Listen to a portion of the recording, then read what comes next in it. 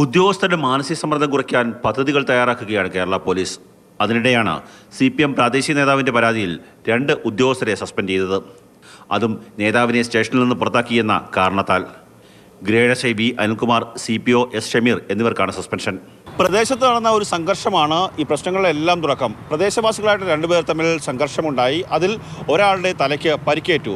പ്രതിയെ പോലീസ് കസ്റ്റഡിയിലെടുത്തു. പക്ഷേ ഈ CPM നേതാവ് സ്റ്റേഷനിൽ വെച്ച് പരാതിക്കാരനുമായി പ്രശ്നം ചർച്ച ചെയ്ത് പരിഹരിക്കാനുള്ള ശ്രമം നടത്തി. ഒപ്പം തന്നെ പോലീസ് കസ്റ്റഡിയിലുള്ള പ്രതിയുടെ ഒപ്പ് ശേഖരിക്കാൻ ശ്രമിച്ചു. അത് പോലീസ് തടഞ്ഞു. അതിൻ്റെ പേരിൽ CPM നേതാവും പോലീസുകാരും തമ്മിൽ വാക്കേറ്റമുണ്ടാകുകയും പോലീസുകാർ ബലം പ്രയോഗിച്ച് CPM നേതാവിനെ പോലീസ് സ്റ്റേഷനിൽ നിന്ന് പുറത്താക്കുകയും ചെയ്തു. അഭിമാനക്ഷതമുണ്ടായ നേതാവ് മുഖ്യമന്ത്രി അടക്കമുള്ളവർക്ക് പരാതി നൽകി. തൊട്ടു പിന്നാലെ വന്നു ഉദ്യോഗസ്ഥർക്കെതിരെ നടപടി.